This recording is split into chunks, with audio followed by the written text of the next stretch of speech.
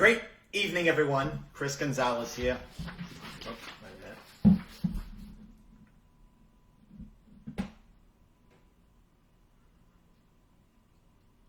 Great evening, everyone. Chris Gonzalez here on this beautiful, beautiful Sunday evening. Those of you who were just on my last live, I'm sorry about the volume. For some reason, my headset was on, not the microphone, so there was absolutely no sound on that live. So if you were on that video, I do apologize for that. My Instagram people got it, but here we are. We're going to do it again. So we're talking COVID-19 tips to a healthier credit score, and I think that this is a super, super important topic, especially now with the uncertainty of what's going on in the economy or when we're going to get through this. So some proactive steps that you could take to make sure that your credit is healthy, stays healthy, and you can continue to live life the way you should. And those of you who are experiencing issues with credit now, some great takeaways here. Number one, why now is the best time to dispute those items on your credit reports, we're going to cover. Number two, what you should understand before you begin the dispute process, right? So it's a deep dive into what you should know about your credit, how to read it, and the steps that you need to take to be proactive and get your credit right. Number three is how to go about actually removing negative items off your credit report. This is going to be a step-by-step process of the things that you could do yourself. There are tons of companies out there that do credit repair. I'm not sure that they're all passionate enough to really understand what you as an individual wants and needs, but we're going to be covering those things. So just a thumbs up that you guys could hear me. I want to make sure, not like the last one, that everyone here can hear me. In fact, I'm just going to go on Facebook real quick to make sure that we're loud and clear. So just give me 1 second and let's dive in here. Three things we're going to be covering. Those of you who are just joining, do me a favor and let me know where you're from, where you're currently located, and just drop it in the comment section. So wherever you are in the country or in the world, just let me know where that is. And it looks like we are good with everyone. I could hear myself. Okay, perfect. Just drop in the comments who you are, and we will begin. I don't know why I don't see my comments on here, but it's okay. I could see them on my phone. So yes, Nick, thank you for joining. Mitch, thank you for joining. We're here covering the topic of keeping your credit healthy during these times. So there are a lot of proactive steps that you could take to make sure you don't fall behind, two, you remove some negative items off your credit, and number three, that your credit stays healthy for forever.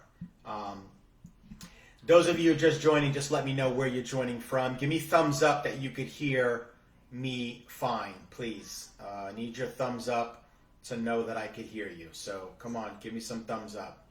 Thumbs up if you could hear me fine.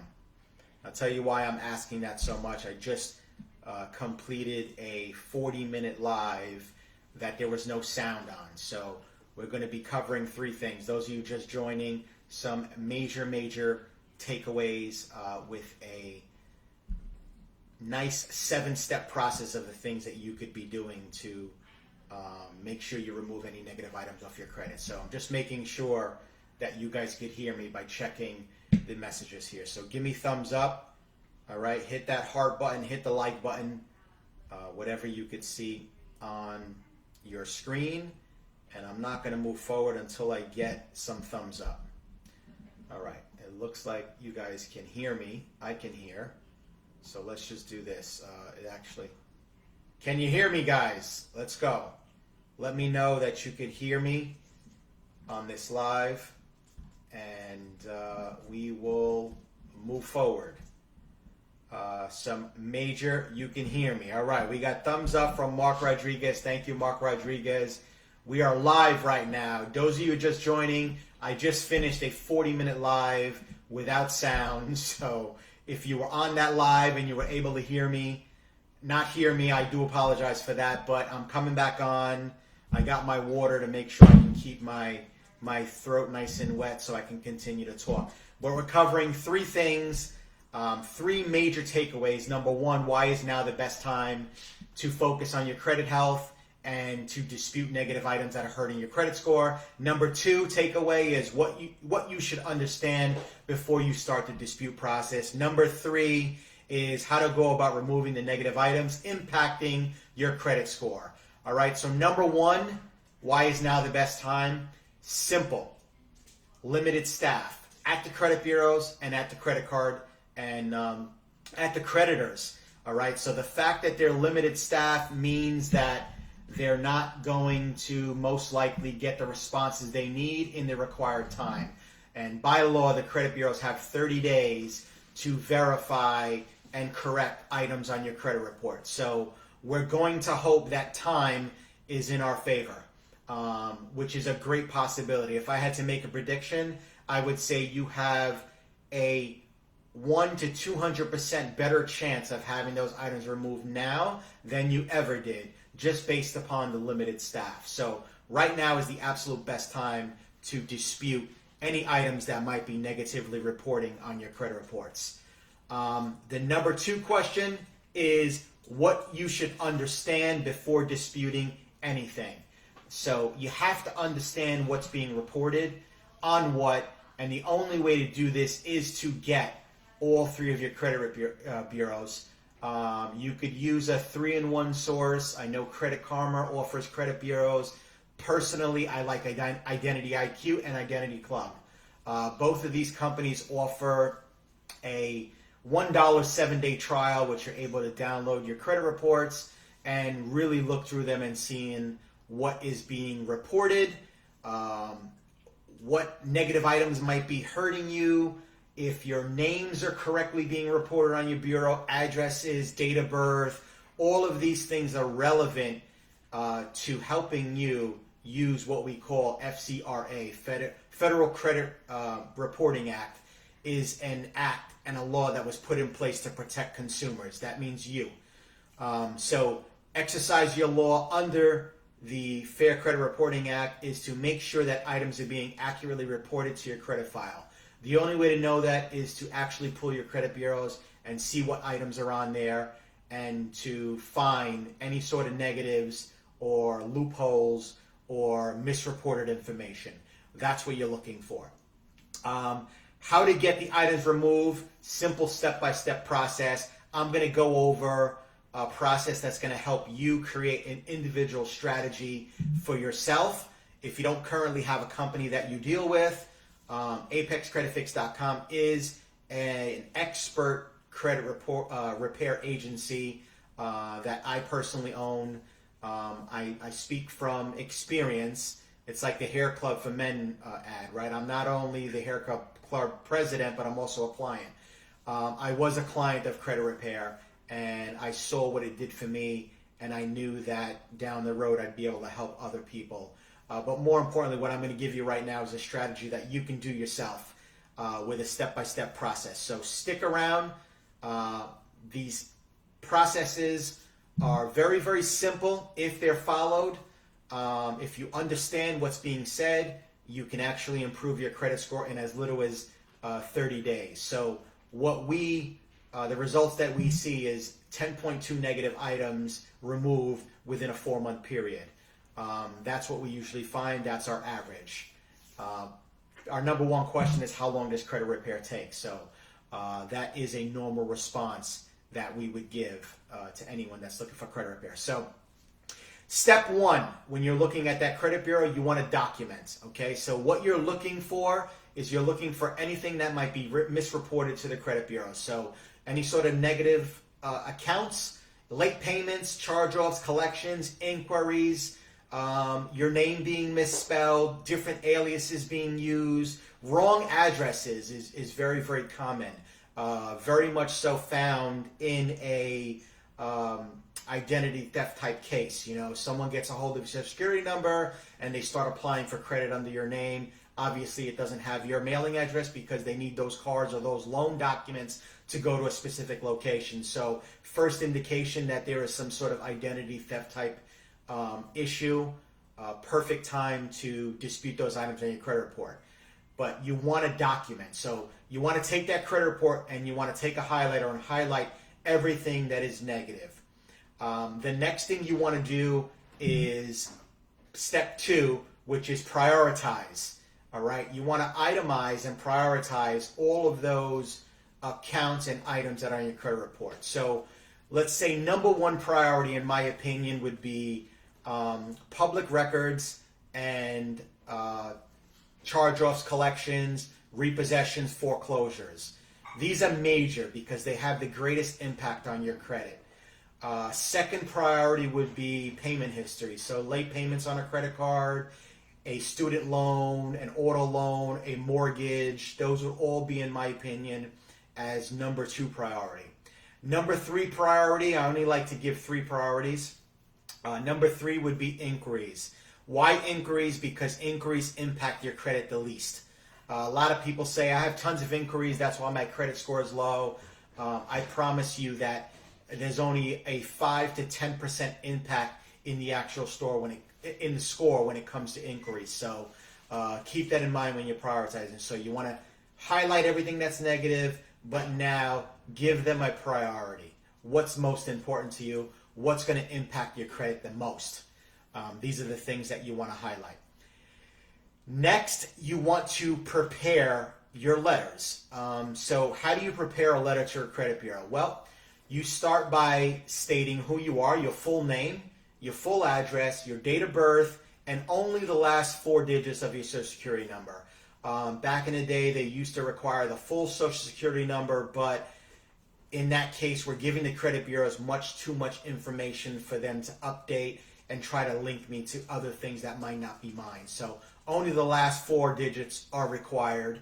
You also want to put, so imagine you're addressing a letter to a business, right? So you have your information in the top left-hand corner. Just below that, who you're addressing this letter to. So as far as credit bureaus, you have Equifax, TransUnion, and Experian. Those are the 3 major ones. There are others, but most of the creditors today leverage just these 3 platforms. So TransUnion, Experian, and Equifax is who you want to address it to. Name and address. Below that, you want to put a brief description. So who you're addressing it to, what department, and you want to put a brief description as to what the letter includes. So, for example, I would simply state, I recently received a credit report and noticed that there were some items that are inaccurate. That's a brief, general statement that I could make. If you're prioritizing properly, you want to separate these letters. So, for example, I'm not going to send that to I'm not going to try to dispute a repossession or a foreclosure or a government record with that type of general letter. I would use that letter when I'm disputing, let's say, a late payment as well as an unauthorized inquiry or a collection or a charge-off. I can generalize if I have a few different things on there. But if I want to get hyper-targeted at attacking one item on my credit report that I know if I were able to get removed, it would impact my score greatly, I want to specifically state, I received a credit report and I noticed this public record with the record number to be on my credit report misreported. So brief description.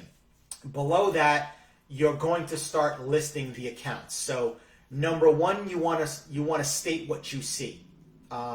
So I was never late, for example, right? I was never late. I want to now state what I wasn't late on. So I was never late on Capital One. So never late, one line, Capital One next, and the date that is being reported on my credit bureau as being late. So if it was January 1st, 2009, I was never late. I want to state never late, Capital One, January 1st, 2009. And now below that, I want to tell the credit bureaus what I want them to do. I want them to investigate or validate and remove this negative So inquiry, negative account, negative late, whatever I want to state next. So you have what I see, the account name, the account number, and now what you want to state. That is how you properly list an account on a letter to a credit bureau. Once you prepare the letter and you have these, you want to prepare them to mail out. So step 4 would be you're going to mail this letter or these letters to the credit reporting agency. So Experian, Equifax, or TransUnion. You want to include a copy of your driver's license or government ID showing that you are you. You want to make sure that your address is on that ID. So if your address is on your driver's license, you want to make sure that they match the address that's on your credit file. Also want to make sure it matches your letter. If it doesn't, you're going to want to provide them with proof of address. Make sure that proof of address is within 30 days of that letter being state, or you're going to wind up getting another letter from the credit bureau stating that you have to update or send them a copy of your address. If you have to send them an additional document, what you're doing is you're allowing them more time. So if you sent them everything they need, they now have 30 days. That clock starts. But if they require additional information, you're now allowing them the extra time until they receive that additional information. So if it takes you 5 days to receive that correspondence in the mail and 5 days for it to go back, you just added 10 days to the dispute process. So now you've allowed them 40 days to now verify and investigate that account. The first thing you want to use is time. The second thing you want to use is your facts, right? So now you send these letters and you want to make sure that you document the date, when they were sent, when they were received. The best way to do that is to send them certified. If you could do certified return receipt, you're going to receive a receipt when those letters are received by the credit bureaus. Perfect way to document the time. Because if they don't rule those items in your favor, you're going to want to send a follow-up. So that's going to lead you to step 6, which is understanding how items are verified and updated. So they're supposed to, by law, reach out to those creditors and have them do a proper due diligence, proper investigation on those items. So what they're going to do is they're going to reach out to Capital One and say, Mr. So-and-so says on June 1st of 2009, he wasn't late on this file. Capital One is going to do their due diligence, investigate it, and provide the credit bureaus with an answer, right? So now the credit bureaus are supposed to update that information. But here's where it gets sticky. So the credit bureaus use an eOscar system, which is a system that verifies only the information they already have. So if they're using eOscar, they're going to verify it based upon information that was already verified by Capital One, was provided by Capital One, excuse me. So they already said you were late on January 1st, 2009. That's what eOscar has. Now they send that back to you as verified or validated. Most people believe that that's where it ends. I said I tried to dispute it and it wasn't in my favor. But that's really where the dispute process starts. So now you're going to receive an updated credit report from the agency showing what items were verified, what were updated, what was removed. You're also going to see what was added to that credit report. A lot of times I find that in a 30-day or 40-day process, there are new items that wind up on a credit bureau. So now you're able to take that information and add it to your workload, right? Add the additional items or remove. Okay, this item was removed. You can exit out. Whatever your process is going to be, get rid of it. But if it comes back validated, now it's time to really go back to the original step where you now start generating your letters. But now you want to hyper-target that letter. So if Capital One states that that information was verified, I now want to send Capital One or the credit bureaus a letter that states, supply me with a compliant method of validation. I want to see proof, a payment history. And I'm not saying this.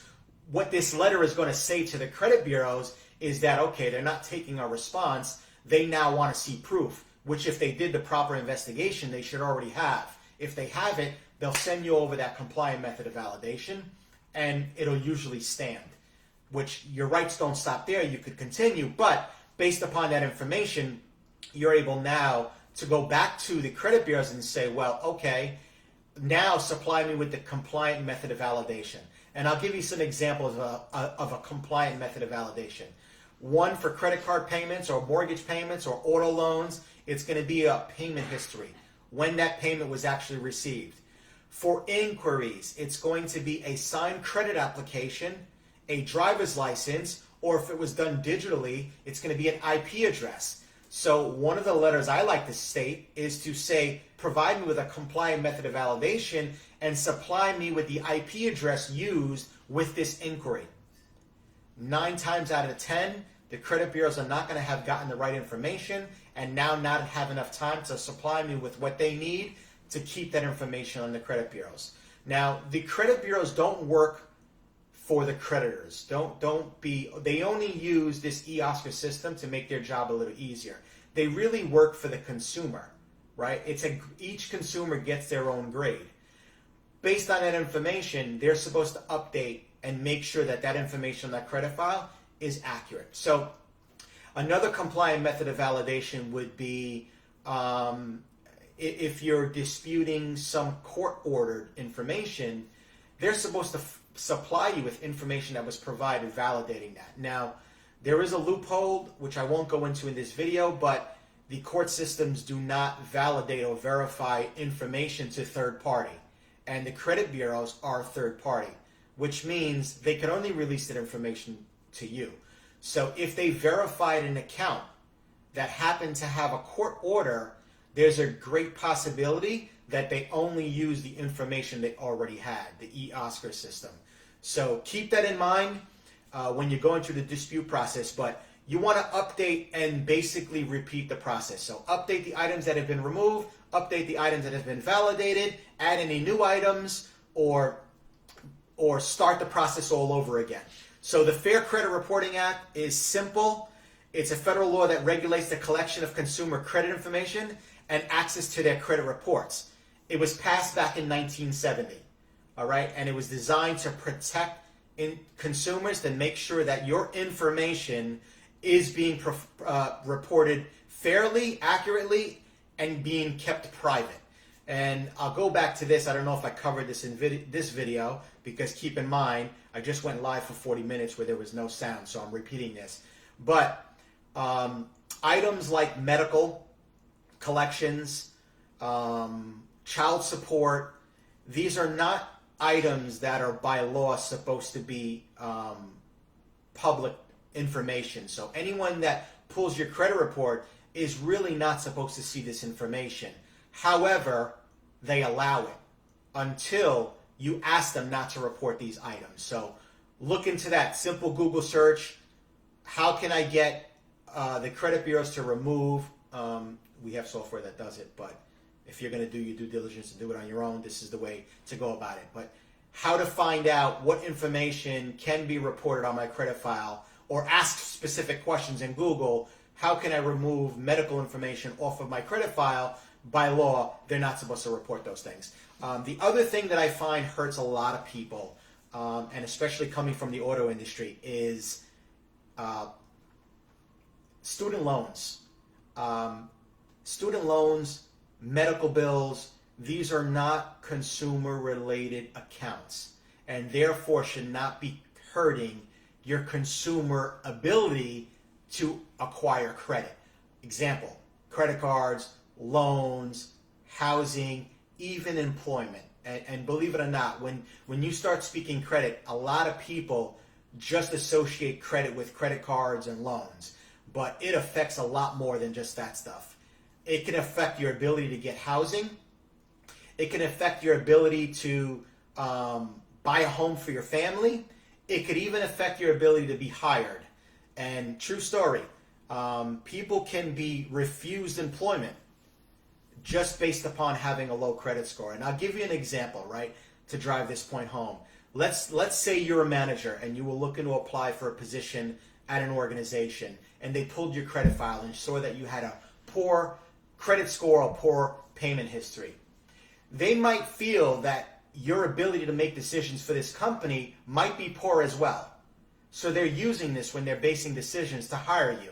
They're using this when they're basing decisions to grant you automobile insurance, sometimes health insurance. sometimes payment plans that you would normally need, right, to, let's say, send your kid to college or student loans.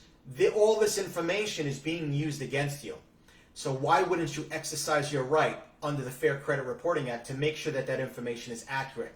And more importantly, why wouldn't you take a proactive approach to make sure and ensure that you remove anything that might be impacting your credit score? The truth is, credit is more than just power. It's going to give you an absolute better life because you're going to qualify for more things. I heard a saying recently that, credit is more important than having $1 million, right? Because $1 million can only buy you so much, but credit can buy you more opportunity. And these are just real simple things to drive home the importance of, my title, COVID-19, Tips of a Healthy Credit Score, is so important, especially in this time. So this video was created to help you take a proactive approach to the things and the steps that you could take to improve your credit score. So my name's Chris Gonzalez, founder of ApexCreditFix.com. I am not only the company president, but I was also a client. So I speak from experience, and I've helped hundreds of thousands of people put their credit in good standing. I'm not selling you my service. Simple. I just gave you the recipe. The difference is I have proprietary software that takes your credit file, imports it into our system, blows up your file, lets us know exactly what's being negatively reported, and we create a personal strategy to help improve your credit score in 90 days. And on average, we see 10.2 negative items removed over a 4-month period. I can only expect for that number to grow over the next 60 days with what's going on in the world. And once again, the whole reason why I thought today and now, right now, is the best time to fix your credit is because the credit bureaus and the creditors have limited staff. So if you like this video, please hit the share button, tag someone who you think needs help. Feel free to direct message me. There's actually a link if you want more information on things that you can do. You want to learn a little bit more about our services. More importantly, if you want more topics to be live like this, just put in the comment section what you would like to see more videos about, and I would be happy to come on here live and share my knowledge and experience with you. And if you have anything to offer, you have any tips that you could provide, drop them in the comment section. All right? I want you to have an absolutely amazing evening. It's Sunday night. Most of us are quarantined. If you are out there, you're a first responder, or you have one of these, you play one of these roles in our community, in our city, in our state, or in the world, where you're out there working to make sure you're one of the essentials. I have nothing but gratitude, and I want to offer you something different. So if you are, direct message me, and I'm going to make sure that I take care of you because you're out there taking care of all of us. So you guys be great and have an absolutely amazing evening. Be great.